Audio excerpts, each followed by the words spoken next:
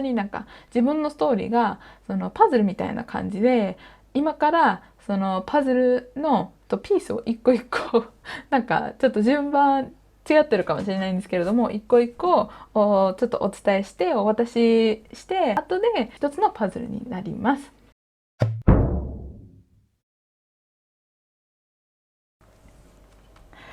はい、皆さんこんにちは。で、今日はちょっといつもと違う、全然違う動画をやりたいと思うんですけれども、主に自分のチャンネルってその外国人向けのチャンネルで、ね、役立ちそうな情報を配信させていただいてるんですけれども、今からお話しする内容はもう自分にとってはすごく大事な話で、もう本当に誰かの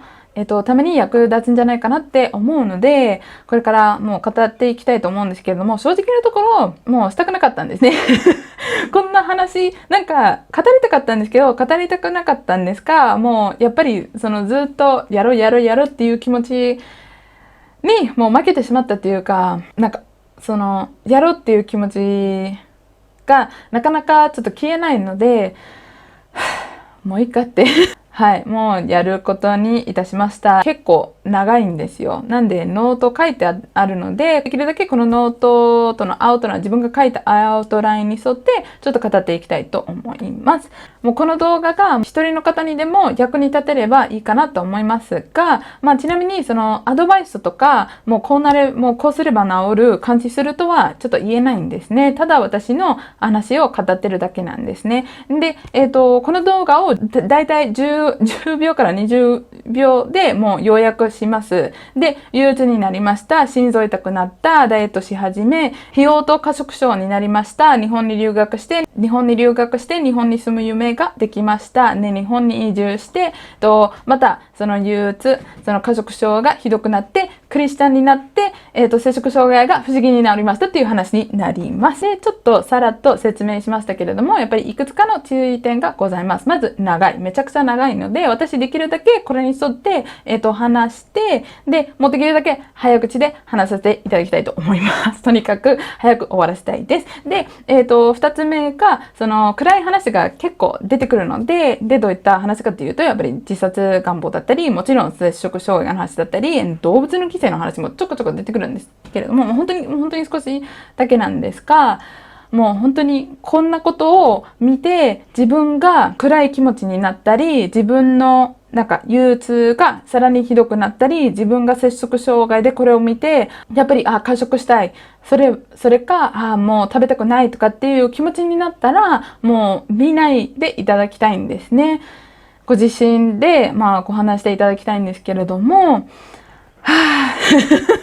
ということで、もう早速始めていきたいと思います。で、早速なんですけれども、高校3年生か2年生の時に憂鬱になりました。でも、その時はやっぱり、生きたくない。その生きる意味がわかんないっていう気持ちあったんですけれども、やっぱり母がどうしてもやっぱりかわいそうだったので、自殺がやっぱりどうしてもできなかったんですね。で、当時アメリカに住んでて、ね、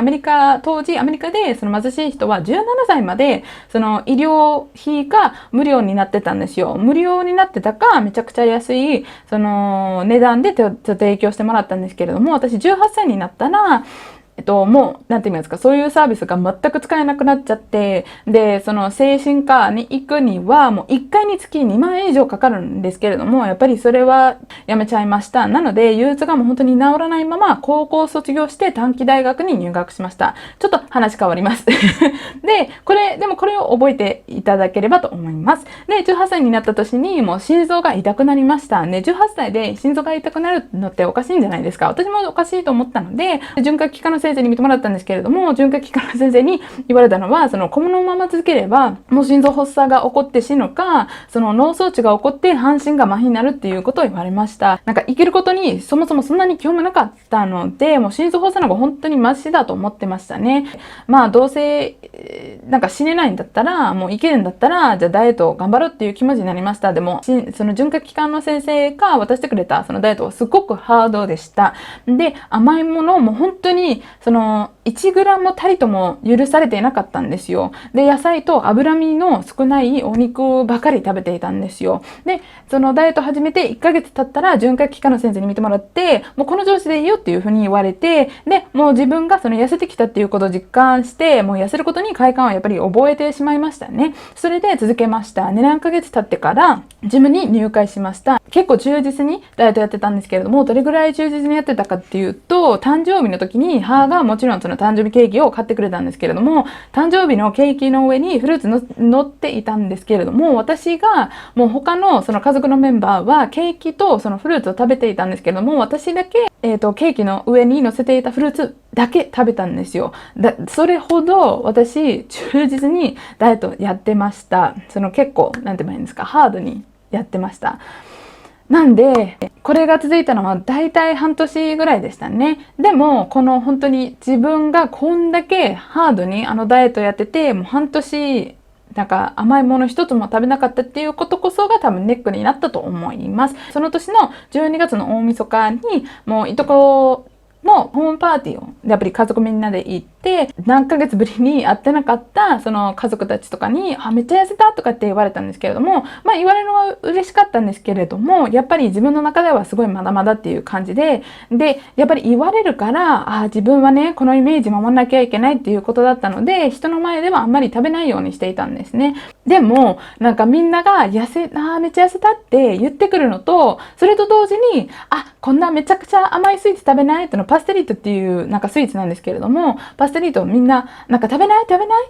の本当にいいの食べなくていいのってもうみんな言ってくるんですよ。で、私がいくらね、もう食べないから、そんなの食べなくていいのよ。めっちゃ甘いから私食べないのっていくら言っても誰も聞いてくれないんですよ。で、みんなもただただ聞いてくるから、もうある時に多分その12時になる少し前にもう精神が崩れたってわけじゃないんですけれども、あんだけね、聞かれてたんで、もうじゃあいいや、もう1個食べますっていうことになって、1個食べちゃって、で、今でももうめっちゃはっきり覚えてるんですよ。なんかその甘いもの、パステリートを口になんかした瞬間に脳が光ったみたいな感じなんですよ。なんか自分が麻薬しているみたいな感じでした。もうものすごく不思議な感覚だったんですけれども、めちゃくちゃ甘いものの一口をしてから、もうあれから甘いものを食べるのをやめられなくなっちゃったんですね。なのでもう本当にあれからスイーツをどんどん食べるようになりました。やっぱりあんだけスイーツを食べていれば太るのはもう当然のことなんですけれども、やっぱりあんだけね、痩せてきたのに、もうここで太っちゃうのっていうことにすごい不満を抱えて、そこからその悪循環が始まりました。その時期にはもうすでにその過食が始まってて、ね、やっぱり過食したら運動で、やっぱりその食べたカロリーを消費しようとしていました。で、ジムにいる時間がどんどん長くなっていて、で、ジムにいる時だけじゃなくて、もうとにかくジムへ歩くことをしていたんですけれども、都内の人は、もう多分大体の人は、仕事とか職場へ歩いていくんですけれども、向こうは本当に車がないと移動できない、その環境になってるので、私も多分1時間、片道1時間かけてジム行って、多分2時間3時間ぐらい運動して、1時間またかけて、家に帰ってたんですよ。こういうことがもうずっと背景に起こってたっていうことを覚えていただきたいんですね。また話がちょっと変わります。で、高校を卒業して短期大学に入学して、で、短期大学にいた時には日本への留学が決まりました。で、前もう最初に憂鬱な話をしましたよね。で、日本に留学して日本語を学び始めて、なんか日本語もっと学びたくなって、その憂鬱が治ったってわけじゃないんですけれども、とにかく自分の中でその夢が生まれてきたので、もうただただ私が日本に戻りたくて、日本語を勉強したいっていう気持ちが湧いてきたので、もう憂鬱はちょっと収まりました。で、留学、最初の方はすごく楽しかったんですけれども、アメリカに帰るとなって、もうものすごく悲しくなって、やっぱりその過食もひどくなっていったんですね。で、あんだけもう1年間ぐらいかけて痩せてきたのに、もう多分ね、もうめちゃくちゃリバウンドして、多分その2ヶ月ぐらいで私、元の体重に、プラスっていう感じの体重に、戻ってしまいました。で、やっぱり自分の中ではなんか運動とかなんかしたいんですけれども、マイアミってもう本当に一年中暑い国ですの、国ではないですけど一年中暑いところですので、もう日本で初めての、冬はもうなかなかちょっと耐えられなくて、外で走りたくてもなかなか走れなかったので、体重も本当に一気に増えました。で、私がやっぱりやめたくても、加速するのがやめられなかったので、もうそのまま、留学が終わって帰国してしまったんですが、やっぱり日本にまた来るっていう夢が湧いてきたので、たったたか、日本に帰ってくるっていうことに集中していました。で、短期大学を卒業して大学に進学しました。大学の時にも留学することができたんですけれども、もう本当に1回目と全く同じく最初は楽しかったんですけれども、アメリカに帰るとなって、もう悲しくなって過食がひどくなりました。留学が終わってアメリカ帰って、最初は悲しかったんですけれども、やっぱり再度日本に来るっていう夢がやっぱり消えなかったし、諦めていなかったので、逆に2回目日本に留学して、また帰ってくるっていう夢に火がついたんで、たったとそれにどんだけ過食しても、どんだけ悲しいことがあっても、もうとにかくもう日本へ行くことに集中して頑張ろうっていう気持ちがあったんですね。でも過食も全然止まらなかったんです。ついに大学卒業して、もう仕事も何にもなしで日本に来ちゃいましたよ。で、それが2014年の2月の19日に、自分で就職して、オンラインとかでね、いろんな仕事とかに応募したりして、で、やっと仕事が決まって、その場所が決まりましたら、本当に全てが落ち着いてきたら、もう近くの、当時住んでたアパートの近くのジムに通うことにしました。で、最初は健康になりたいという気持ちで通ってたんですけれども、その時、節約もかなり頑張っていたので、毎日カレーライス食べてたんですよ。気づかないうちにルールを作っていったんですよ。で、どういったルールかっていうと、2つよく覚えてるんですけれども、1つ目はカロリー制限で、1日に、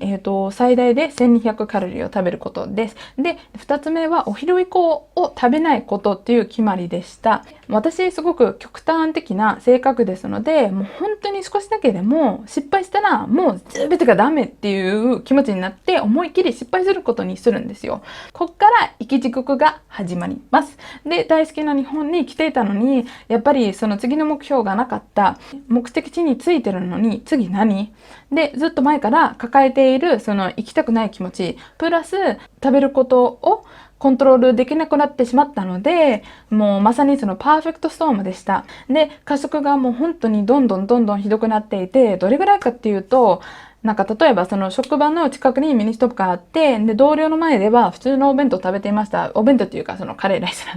だったんですけれども、で、私やっぱり甘いものがもう、甘いものに本当に目がなかったので、もうデザート必ず買っていました。私、買いたくなくても自分の中で、いや、今日は買わないっていう決心をしていても、やっぱりどうしてもそれが欲しくて、もう脳とか体がそれをものすごく欲しがってたので、ほぼ毎日買ってました。で、デザートを買ってみんなの前で食べたんですけれども、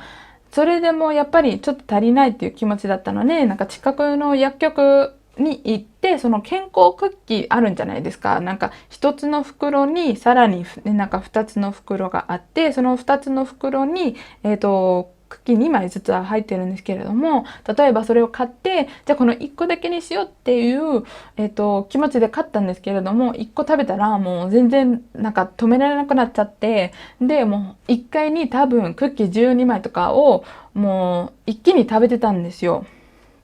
一気に食べてしまって、で、健康クッキーでなかった時は、もう本当にやっぱり大好きなミニストップへ行って、そこの菓子パンとかをたくさん買って、もう誰にも見られないところで食べていました。で、過食あった日、お昼の時に過食した日でも、過食しなかった日でも、よくあったのはやっぱり仕事帰りにミニストップでお弁当、1個か2個を買って、菓子パンも買って、パフェなどとかを買って外で食べてたんですよ。どうしてもやっぱり待つことができなかったので、本当にミニストップの前で、よく過食していました。それでも帰りのスーパーに寄って、よく買っていたコンビがこちらなんですよ。ピザ1枚、このOK ストアのピザの1枚。めちゃくちゃ美味しいピザなんですけれども、はい、このピザを買って、あとカルビーのポテトチップスも買ってたんですよ。あと、ケーキ、私大好きなこのぐらいのケーキ、キャラメルケーキ、めっちゃ買っで食ってました。で、あとアイスも買ったんですよ。もうとにかくどっかで過食して、まあ、やっぱりスーパーに寄っていろんなものを買って家で食べるか、その KFC に、寄ってなんかを食べるか、ファミマに寄ってまたなんかなんか買って家でまた過食するかっていう、もう本当にやっぱりめっちゃめちゃ食べてましたね、とにかく。で、なんか自分の中ではこれ、私過食症だったっていうふうにを誰かに伝えたら、いや、よく間違われるがちっていうことがあるんですけれども、もう、よく、いや、でも私も食べ過ぎてしまうっていうね、ことをよく言われるんですけれども、本当にたったただの食べ過ぎではないんですよ。もう量が本当に半端なくて、自分が気持ち悪くなったところで、もう本当にお腹が破裂しそうなところまで食べて、でも、やっぱり自分をどうしても止めることができないんですよ。それでもそんななんか嫌な気持ちになっていても、もうただただ食べ続けるんですね。で、本当にめちゃくちゃ恥ずかしくて、で、いろんなお店に行ってたんですよ。やっぱり食べること自体も恥ずかしかったんですけれども、買うこと自体もすごく恥ずかしくて、で、私が例えばお弁当2個、自分、なんか一人で食べるんですけれども、お弁当2個買ってた時に、なんていうんですか、店員さんが、もう自分はこの、なんか2つの弁当を食べて、この人すごいデブだっていうことを考えてるっていうことを自分が思ってたんですよ。もちろんその人は自分がお弁当を2つ食べるっていうことを分かんないんですけれども、そういう精神状態になってるんですよ。なんでもう本当にものすごく恥ずかしくて、で、やっぱり、なんか食べ物と時間を無駄にしているのと、お金もすごく無駄にしているので、もう本当に痛みがダブルってトリプルっていう感じだったんですね。で、一つの家族のエピソードよく覚えてるんですけれども、なんかどっかで過食して、で、その後に KFC 行ったんですよ。で、その日は多分水曜日で、ね、私水曜日のなんか夜のレッスン、2つすごく大好きなレッスンがあったんですけれども、一つがボクシングのレッスンで、もう一つがその自転車に乗って音楽に合わせるレッスンだったんですけれども、私過食して KFC に行って、そこでまたその和風チキンサンドのセットを頼んで、フレッシャーかなんか頼んだと思うんですけれども、もう本当に KFC の隅っこでもう一人で食べていて、で、何やってたかどうか覚えてないんですけれども、その和風チキンサンドを食べていた時に、もう本当に一瞬感覚が全くなくなりました。で、なんか、感覚がもう、麻痺して自分は本当に何にも感じなくなったので、もしかしたら私加速するたびにそれを求めてたんじゃないかなって、もう今でもなんかあの時にそれを考えて、今でもそのように考えています。私ね、なんか運動のっていうか、そのジムのクラスにすごく行きたかったんですけれども、自分がクラスに行って、なんか、やっぱり周りの人が自分がやったこと分かるんじゃないかなって、いや、分かるんじゃないかな、どころではないんですよ。もう分かる。もう私はデブだ。私は汚い人間だっていうことを分かってるっていうちょっと考えになるから、もう、すごく辛かったですね。お腹がパンパンまで食べて、なんかお腹あんだけ痛くても、もう食べ続けるっていうことは、ある意味で自傷みたいな行為なんですね。でも、やっぱりどうしても止めることができなかったんです。で、過食もやっぱりひどかったんですけれども、やっぱり太ることっていうこと、また太ってしまうっていうことがすごく怖かったので、運動の量も半端なかったんですよ。ね、もともと、多分、運動の目的ってもう健康に生きるためなんですけれども、私は健康に生きるためじゃなくて、もう運動するために生きてたみたいな感じなんですね。なんで過食してもう運動するみたいな、その繰り返し、ずっとその繰り返しでしたね。なんか日曜日はよく、日曜日は特にひどくて、やっぱり休日っていうこともあったんですけども、ジムでいろんな好きなクラスがあったので、よく行ってたんですけれども、例えば、もう本当に多分朝の12時、朝じゃなくて、そのお昼の12時頃ぐらいに行って、ちょっと運動して、体をちょっと温めて、で、大好きな、その当時のレスミルーズのボディコンバットっていう、クラスに参加してたんですよ。1時間のそのクラスをやって、で、自分が毎月払ってるそのジム料金とまた別の料金を払って、パーソナルトレーニングをやってました。で、パーソナルが終わって、家帰って、シャワー浴びて、着替えして、大好きなボディジャム。これまたレスミルズのクラスなんですけども、レスミルズの、ボディジャムをやって、ボディジャムが終わったら有酸素運動をやって、で、有酸素運動が終わったら、そのハウスダンススを多分9時頃ぐらいまでやってたかと思うんですけれども、一応ジムが閉まる時までずっと本当に一日中ジムにいたんですよ。で、毎週の日曜日それ繰り返してたんですよ。やっぱり当時痩せればなんか幸せになるっていうなんか思い込みがあったと思うんですけれども、やっぱりなんか痩せてもっといろんな人に好かれるとか、っていうことを考えてたと思うんですけれども、絶対そうじゃないんですよ。痩せていても辛い時もありますし、体重が理想の体重よりも重いからって言って人生楽しめないっていうわけではないんですね。体重って本当にすごく変動するもので、特に女性はもう本当に1日だけでもうめっちゃアップだったり、もうアップしてからダウンしてからアップしてっていうその繰り返しなんで、もう自分の幸せをそんな簡単に変動するものに本当にかけちゃダメだと思います。で、やっぱりあんだけめっちゃいいわねで、あんだけね、過食していたら、まあ、いくら、ね、運動していても少しでも、少なくとも少しでも太るから、太ってしまうんですけれども、やっぱり体重が増えることにすごく不満を抱えてしまったの。過食やめられなかったんですね。で、毎朝本当に体重計に、乗って体重測って増えたらもうすごくそれ、増えたことがすごくストレスになって、でも本当に自分は最低の人間だ。もうたまにすごくもう体重が増えたからもう泣き始めて友達に電話して、あんだけあんだけじゃないあんなその壁薄いアパート、めちゃくちゃ壁薄くて、もう小下見した時にこっちがもうブワシって言いたいぐらいめっちゃはっきり聞こえるんですよ。めちゃくちゃ壁薄いアパートの中でもう本当にもうなんか叫びながら泣いてました、泣きながら叫んでましたみたいなことがちょこちょこありましたね。どっちかっていうと。で、もちろんこうなると、本当に過食に伴う恥。やっぱりね、自分、まあみんな分かってて、自分をデブだと思ってるっていう恥プラス、もう自分はダメな人間だ。自分はもう人間失格。もう本当に私がもう人間失格だと思ってました。私生きる権利がないっていうことを考えていました。なんで生きてるのっていうことをずっと考えていました。で、太ることがもう本当に怖かったんですけれども、やっぱりやめられません。なんで自分の中で、なんで拒食症にならなかったのっていう、そんな変な、やっぱりもう本当に精神が完全に狂ってましたよ。もう正常に考えられなかったんですね。で、やっぱり過食して自分を責める。嘔吐しようとしてもできなかったので自分を責める。で、とにかく毎日が本当に辛かったです。当時はもう母と友達を悲しませたくないから、もう自殺しないっていう、決心していたんですけれども、もう本当にある日に、もう辛すぎて、もう心の中で友達にごめんねって言ったんだよ。もう友達なんかこの人とかこの人とかこの人のためにも頑張れないんだよ。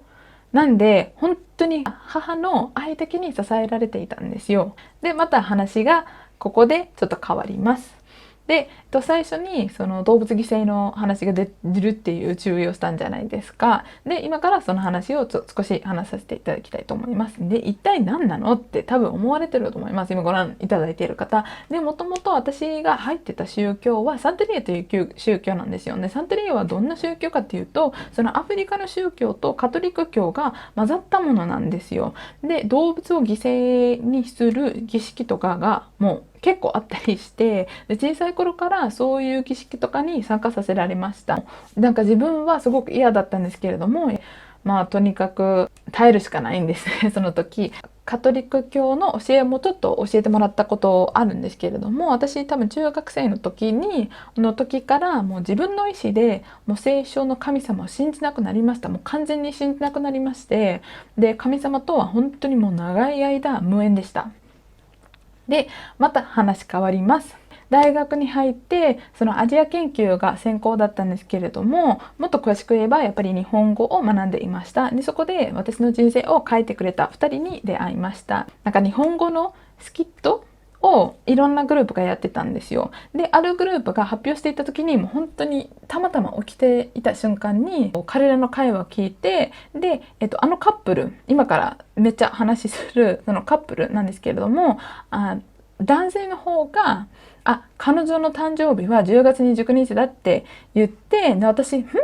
て思ってまた寝ちゃいました。で、授業が終わってもう彼女とか2人のカップルのところの元行って、あらあなたの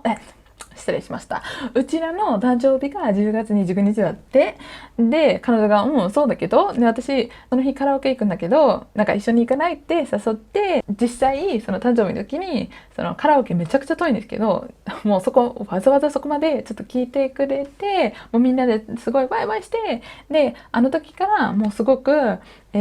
仲良くなったような気がするんです。あの二人に、なんて言いますか、カラオケの前に、もうやっぱり大人数のグループとかで、もうみんなで、なんかどっかで食事とかしたりしてたんですけれども、その彼女の誕生日が私と全く一緒っていうことをで聞いたことが、やっぱり彼女とかあの2人がすごく気になったきっかけなんですね。で、あれからやっぱりもう一緒にいる時間が、増えてめっちゃ仲良くなってきました。で、大体、なんかやっぱり大学にいる時は、いた時は、大体多分あの2人と、あともう1人すごく仲のいい友達と、4人でよく遊んでいました。で、あの2人はそのクリスチャンなんですけれども、今まで会ってきたそのクリスチャンともう全然違って、もう私があの2人ともう全然違うなんか喋り方とか、やっぱり汚い言葉とか使ったり、その生き方とか、もう考え方しているのに、もう私そのままなんか優しく受け入れてくれたので、もうすごくね、今でもすごく感謝しています。で、これが、ある夜の話なんですけれども、その2人は大学の寮に住んでいたんですよ、当時。で、さっき話してた、もう一人のすごく仲がいい友達と、みんなで、なんで4人で、2人の、そのカップルの寮で、スマブラやってたかアニメ見てたかと思います。で、私陰謀説すごく好きなんですけれども、今はそんなに見たり読んだりとかしてないんですが、当時はすごく好きで、もういろんな陰謀説の動画とか記事とか読んでました。で、なぜかあの夜、その陰謀説の話になって、でなんかカップルの男性の方が私にあるサイトを勧めてたんですよ。で、あのサイトは何のサイトかっていうと、その Vigilant Citizen っていうサイトで、直訳すると、その用心深い国民っていう意味なんですよ。で、本当に私、あの時、陰謀説がめちゃくちゃ好きだったので、読み始めて、もうほぼ毎日読んでたんですよ。で、当時流行っていたそのイルミナーティの話がたくさんあったので、もうすごく興味深いなって思いました。なんかどんな情報が載せているかっていうと、そのイルミナーティがどのようにメディアを通してその世界の人々を洗脳しようとしていることを説明しています。もう偶然なんじゃないって思ってたんですけれども、やっぱり読んでいるうちになんか全然違うアーティスト、監督、歌手、広告会社、もう本当になんか全然違う国のモデルのマガジンとか、そのファッションマガジンがなんで全く同じシンボルを使い続けるかもう全然わかんなくて、おかしいなって本当に思うように始めました。自分の認識としては、もうアーティストってもうとにかくやっぱりみんなと違うことやりたい。みんなと違うことなんか配信したいっていう気持ちっていうか、その認識があるんですけれども、みんな本当に全く同じことしてるからおかしいなって思って、もう本当に信じきりましたね。で、それと、なんか最終的にイルミナーティを支配しているのが悪魔っていう話なんですよ。で、悪魔とその魔物たちがもうなぜかに人類のマインドをコントロール、しようとしているっていうことが書いています。なんで、もう本当に何ヶ月も読み続けていたら、もうある結果に着きました。で、その結果は何かっていうと、悪魔は存在します。で、メディアを通して私たちを洗脳しようとしています。もう騙されないぞっていう気持ちになってたんですよ。なんで、悪魔の存在を認めたんですけれども、神様の存在認めなかったし、もう神様のことすら考えてなかったのよ、一切。神様なんか変な話なんですけど、もう本当に悪魔がこんなことやってるんですか、神様のことを全然考えてなかったんですよ。で、これを多分1年間弱ずっと、背景にやりました。なんで、もう大学卒業して日本に来て過食がひどくなって、そんな背景にはずっとこういった記事をずっと読んでたんですよ。もういくつかのパズルピースを渡しましたので、また日本の人生のどん底のところに戻ってきましょう。で、ある日、その食事を用意してたのかお皿洗いしてたのかどっちか覚えてないんですけれども、とにかく小さなワンルームの、キッチンで何かをしながら YouTube の動画を見ていました。その日は先ほど話していたその陰謀説の話とかを、見てたんですけれども、なんか右の方に、こちらなんかおすすめの動画っていう欄があるんじゃないですか。その一番上にある動画のタイトルがすごく気になって、でそちらのタイトルがなんかサンテリアは悪魔の宗教だ的なタイトルでして、でやっぱり私昔そのサンテリア宗教に入ってたのですごく気になりました。でこの動画を見始めて、もう本当にこの方が語った2つのことが私の人生を変えてくれたんですよ。動画の多分半分ちょっと前のところで彼が私の人生を変えてくれた1つ目のことを言いました。確かなんか彼のお父さんがサンテリアに入ってて、でなぜかお母さんがその呪術師的な人のところへ連れて行ったんですよ。あのこともなんか今、語ってる時にはもちろん大人なんですけれども、その昔の子供の時の話をしていて、で子供の時にお母さんにそういった人のところに連れて行かれて、何を言われたかっていうと、この子をこの宗教に入らせないと30日以内に盲目になりますよっていうことを言われたんですよ。なのでもちろんお母さんがあの子を、あの宗教に入らせました。その本当におかしいなって思ったんで、自分でその動画を一時停止して、もう独り言でこうなんか今から言うことを言いました。で私があの宗教に入ったのは子供の頃よく病気だったので、母がキューバで私をその呪術師的な人のところ、連れて行って、あの人がこの子をこの宗教に入らせないと死ぬよ、なんか重病になるよってを母に言って、で母がもちろん私をその宗教に入らせました。でここでさらにおかしいぞと思ったのが、母が10代の頃にまたその呪術師的な人のところへ行って、もうこの宗教に入らないと大病患者になるよって言われたそうです。なんでもうパターンがあるっていうことに気づいて動画を見続けることにしました。でそれで多分最後の方にもう彼が私の人生を変えてくれた2つ目のことを言いました。悪魔があなたの一番弱いこと、あなたの一番嫌いことで、あなたを一生懸命いじめますっていうことだったんですよ。で本当にそれを聞いて、なんかパッと目が開かれたような感じだったんですね。で私の摂食障害があいつのせいだったんかいっていう気持ちになって、もうあんだけ私を苦しませたので、もうあんた私が悪魔に、なんか変な話なんですけど、これ全て変な話なんですけど、なんか私が悪魔にもうあんたが最大の時を作ったぞって、もう自分の手でお前を倒すぞみたいなこと言ってたんですよ。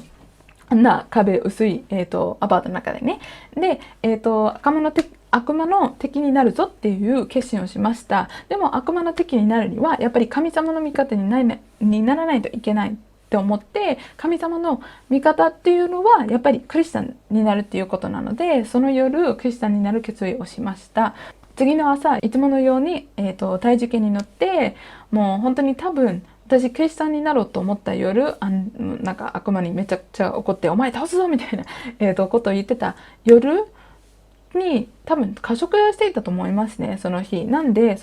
なんか翌朝に起きて体重計に乗って、そんなわけないのに体重が結構減っていました。で、不思議なことに6日間連続で体重が減りました。で私のその最後の3日間ぐらい、もう本当にたったの数百グラムしか減ってなかったんですよ、体重が。